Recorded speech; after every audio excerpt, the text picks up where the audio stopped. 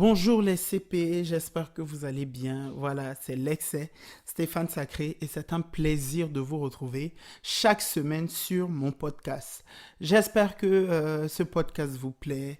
N'hésitez pas, même en DM, partout sur mes réseaux sociaux, à m'écrire pour me donner vos avis, pour me proposer des sujets. Je suis toujours preneur et ça me fait un réel plaisir en fait de vous écouter et de savoir que ce projet vous plaît. Le sujet dont nous allons parler aujourd'hui est un thème qui m'a été donné par une abonnée sur Instagram. J'ai posé la question et elle m'a répondu. Elle m'a dit, Lexé, j'aimerais que dans ton prochain épisode, tu parles de ce sujet-là, de ce thème-là.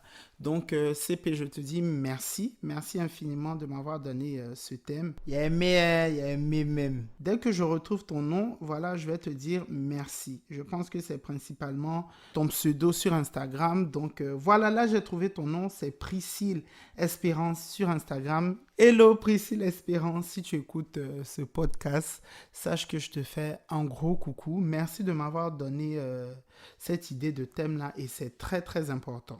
Il y a aimé même. Aujourd'hui dans le podcast, je vais principalement parler aux enfants qui sont à même de me comprendre. Donc j'invite tous les parents d'élèves, tous les parents d'enfants qui ont entre par exemple 6 et 17 ans de venir écouter et aussi à tous les enfants qui ont entre 6 et 17 ans, mes petits frères, mes CP Brezo qui sont moins âgés que moi, mes petits frères, mes petites sœurs, venez écouter. Aujourd'hui, je vais parler du harcèlement scolaire, de l'harcèlement en milieu scolaire. Qu'est-ce que c'est ? Quelles sont les conséquences? Par quoi on peut le détecter? Quels sont les facteurs? Qu'est-ce qui peut pousser un enfant à harceler son camarade à l'école? Voilà, venez écouter, venez prendre note. Voilà, je vais sensibiliser aujourd'hui et je suis très content de le faire parce que le rôle d'un grand frère aussi, c'est de pouvoir donner des conseils à ses petits frères. Le rôle d'un enfant de mon âge, un enfant. Oui, je suis un enfant quand même. D'un adulte de mon âge, c'est de pouvoir parler de ce genre de sujet parce que je sais qu'il y a beaucoup d'enfants qui me suivent et c'est un réel honneur pour moi de donner l'exemple, de partager et puis de parler sur ce sujet-là. Allez, on y va. Jingle.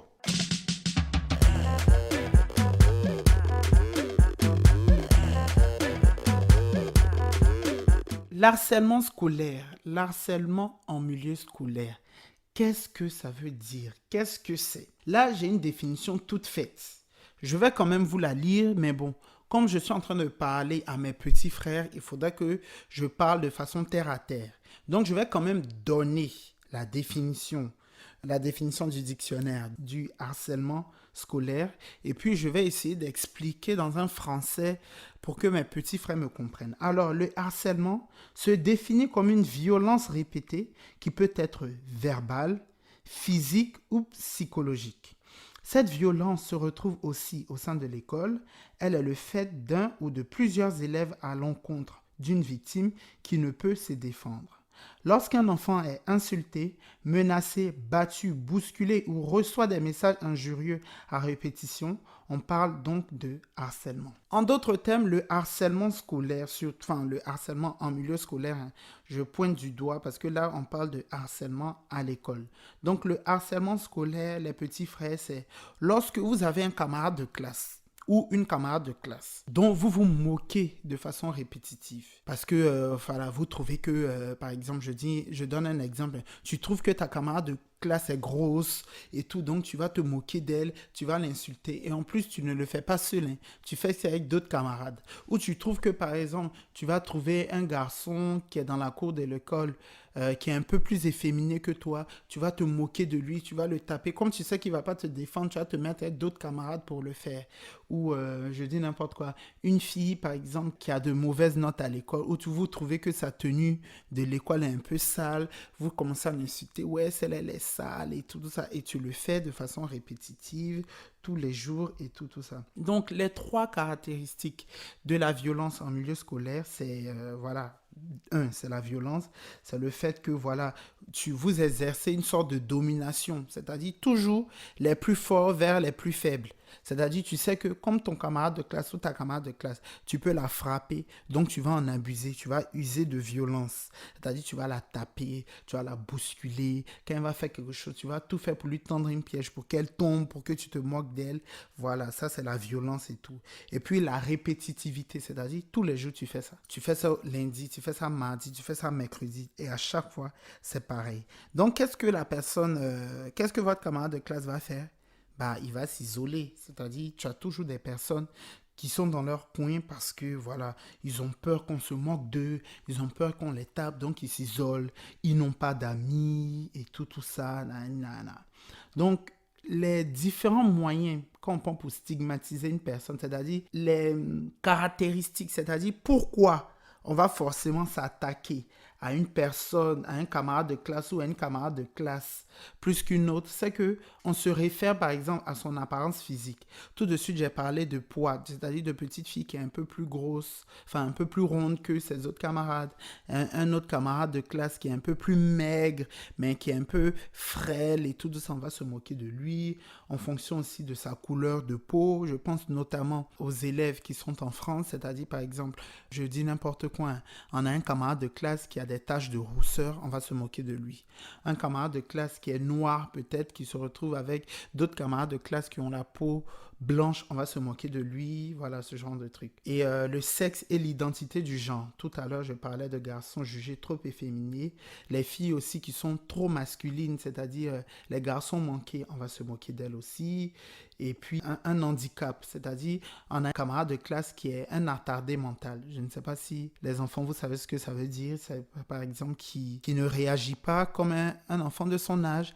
Par exemple, tu as 8 ans, et puis tu te retrouves dans une classe avec un camarade de classe qui réagit comme ton petit frère de 3 à 4 ans. C'est-à-dire qu'il y a un trouble mental, on va se moquer de lui aussi, voilà. On va se moquer d'un autre camarade de classe ou d'une autre camarade de classe, par exemple, qui a des troubles de la communication. Je pense notamment aux enfants qui bégaient. C'est-à-dire l'enfant a des difficultés pour s'exprimer et puis on va se moquer de lui. Par exemple, les gens qui parlent comme ça. Par exemple, pour dire je suis venu, il aura des difficultés. Par exemple, pour dire je suis venu. Voilà, ça c'est le bégaiement. Ce genre d'enfant, on se moque d'eux aussi. Les centres d'intérêt différents. Par exemple, tu te retrouves dans une classe où tu es le seul garçon qui aime la danse. Tes autres camarades aiment le foot. Ils vont se moquer de toi, par exemple. Et il y a mais il y a plusieurs facteurs qui rentrent en ligne de mire et tout pour harceler ses camarades de classe. Là, nous allons parler des conséquences que ça peut avoir parce que quand on est enfant, je m'adresse principalement aux parents d'élèves. Quand on est enfant, on n'a pas principalement la maturité ou le nom de certains actes qu'on peut poser. C'est-à-dire, chez nous en Côte d'Ivoire, on dit souvent, l'enfant ne sait pas ce qu'il fait. Évidemment, l'enfant ne sait pas ce qu'il fait parce que l'enfant, il va s'amuser avec d'autres camarades de classe à se moquer d'un de ses camarades ou d'une de ses camarades, mais il ne connaît pas forcément le mot harcèlement. C'est-à-dire, moi, je compte sur vous, les parents d'élèves, pour pouvoir expliquer à l'enfant ce que c'est que l'harcèlement. C'est-à-dire, faites écouter ce podcast à vos enfants. Et puis, moi, je vais essayer de donner les conséquences que ça peut avoir sur l'enfant d'autrui lorsque, voilà, ton enfant harcèle son camarade de classe et tout ça. Jingle. Conséquences dues au harcèlement scolaire sont souvent négatives. Voilà, les conséquences dues au harcèlement scolaire sont très négatives. Les enfants, souvent, on peut parler, c'est pas toutes les conséquences qui sont négatives, hein, par exemple. Sachez il existe des conséquences positives. Par exemple, lorsqu'on prépare un examen, lorsqu'on s'assoit pour étudier, c'est pour avoir de bonnes notes. Donc, la conséquence due au travail, due au courage de bien travailler à l'école, c'est d'avoir de bons résultats à l'école, en fait. Donc, je vais essayer de vous expliquer les conséquences négatives dues au harcèlement et ça ne fait vraiment pas du tout rire en fait. En premier, nous avons le décrochage scolaire, c'est-à-dire tu as un enfant qui a de bonnes notes et puis tout d'un coup, il n'a plus envie d'aller à l'école. C'est-à-dire l'enfant, du jour au lendemain, il ne veut pas partir à l'école, ses notes baissent, ses parents ne comprennent pas. Et souvent, là, j'attire l'attention des parents. C'est-à-dire, souvent, on pense que, je parle notamment à mes parents qui sont issus de la communauté africaine surtout, c'est-à-dire, lorsque Je dis n'importe quoi, une petite fille ou une adolescente, par exemple, qui a de bonnes notes et du jour au lendemain, ses notes baissent, on pense automatiquement que c'est dû à l'effet des garçons. C'est-à-dire, elle commence à avoir des copains, des petits copains, elle commence à connaître les garçons, c'est-à-dire, on ne pense même pas au harcèlement. Alors que ça peut être un facteur. Je ne dis pas que voilà, ça peut, parce que quand tu commences à être adolescent, tu commences à connaître des trucs et tout ça. Donc, forcément, il y a des trucs qui vont t'affecter. Ça, c'est normal. Donc, voilà, le chagrin d'amour qui va être l'un de mes sujets dans un des épisodes. Voilà, le chagrin d'amour, ça fait partie de la vie d'un adolescent. Mais on ne pense pas directement au harcèlement scolaire. Alors que le harcèlement scolaire, chez les jeunes filles aussi, chez les jeunes adolescentes, c'est connu. Il y a des filles qui s'amusent à traumatiser, à stigmatiser d'autres camarades de classe. Donc, le décrochage scolaire, les notes qui baissent et tout ça. On a aussi les troubles de l'alimentation. C'est-à-dire, on n'a plus envie de manger. On n'a plus l'appétit et tout ça. On n'a plus envie de bien se nourrir et tout ça. Il y a aussi la mauvaise estime de soi. On trouve qu'on n'est plus capable de belles choses, c'est-à-dire on perd confiance en soi.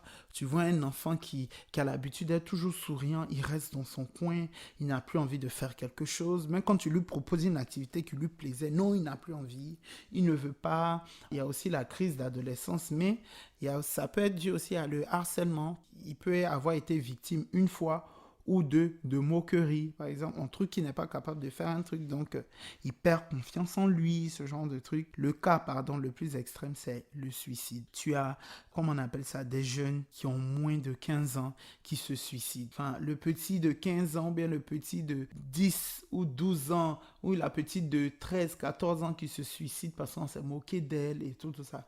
Ça, c'est le cas le plus extrême parce que souvent les parents n'ont pas fait attention, souvent les parents n'ont pas su voir le problème de près parce que tu as des parents, pas qui sont négligents, mais qui ne...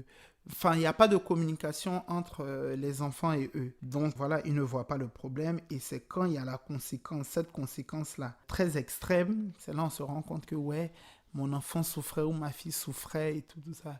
Et là, c'est trop tard. Là, c'est un sujet qui est assez sérieux, hein, mais je vais essayer de sensibiliser avec un peu d'humour. Vous savez, quand on est ici, on ne va pas parler que de choses tristes. On va essayer de rigoler et tout. Moi, je vais essayer de donner des petits conseils, des petits tips à mes petits frères, aux parents d'élèves aussi. Et puis voilà, il ne faut pas se laisser abattre. C'est un phénomène, un fléau de la société qu'il faut combattre. Donc on va essayer de faire ça à ma sauce, à ma façon. Et puis voilà, c'est de ça qu'il s'agit quoi. Jingle.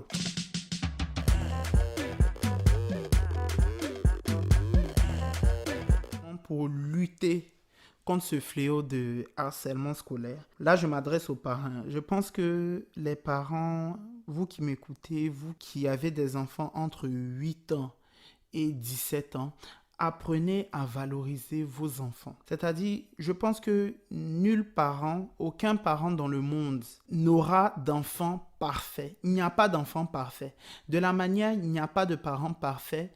C'est comme ça, vous n'aurez jamais d'enfant parfait. Je m'explique. Tu ne peux pas avoir les parents de tes rêves. Ça, on dit, il y a un dicton qui dit, on ne choisit pas sa famille. Vous voyez ce que je veux dire? C'est-à-dire, tu nais dans une famille, il y a une femme qui est devant toi, on dit c'est ta maman, il y a un homme qui est devant toi, on dit c'est ton papa, ou bien deux femmes devant toi, ce sont tes parents, deux hommes, peu importe la famille dans laquelle tu tombes. Ce n'est pas quelque chose que tu choisis. Tu ne peux pas choisir qui va être ton frère. Vous voyez ce que je veux dire? Tu peux choisir qui va être ton frère, mais ton frère que tu vas choisir, il va être ton ami. Vous voyez ce que je veux dire? Donc pour moi, il n'y a pas d'enfant parfait, il n'y a pas de parents parfaits. C'est-à-dire, on a tous rêvé à un moment de nos vies d'avoir des parents comme, je dis n'importe quoi, comme Beyoncé ou Jay-Z ou bien je sais pas, enfin, mon papa est le président des États-Unis ou mon papa est le plus fort. Chaque enfant s'est déjà dit ça. Ma maman, c'est la plus belle et tout ça. Mais voilà, tu n'as jamais les parents parfaits. Donc là, les parents qui écoutez, apprenez à valoriser vos enfants. Tu n'auras jamais un enfant qui va suivre ton exemple, un enfant qui va faire comme toi tu as fait. Mais la voie que ton enfant choisit, Si ton enfant, tu vois que ton petit garçon n'aime pas le foot, il n'aime la danse, il faut apprendre à dire à ton enfant, c'est bien, continue comme ça, il faut être le meilleur, apprends à te surpasser, il faut motiver son enfant.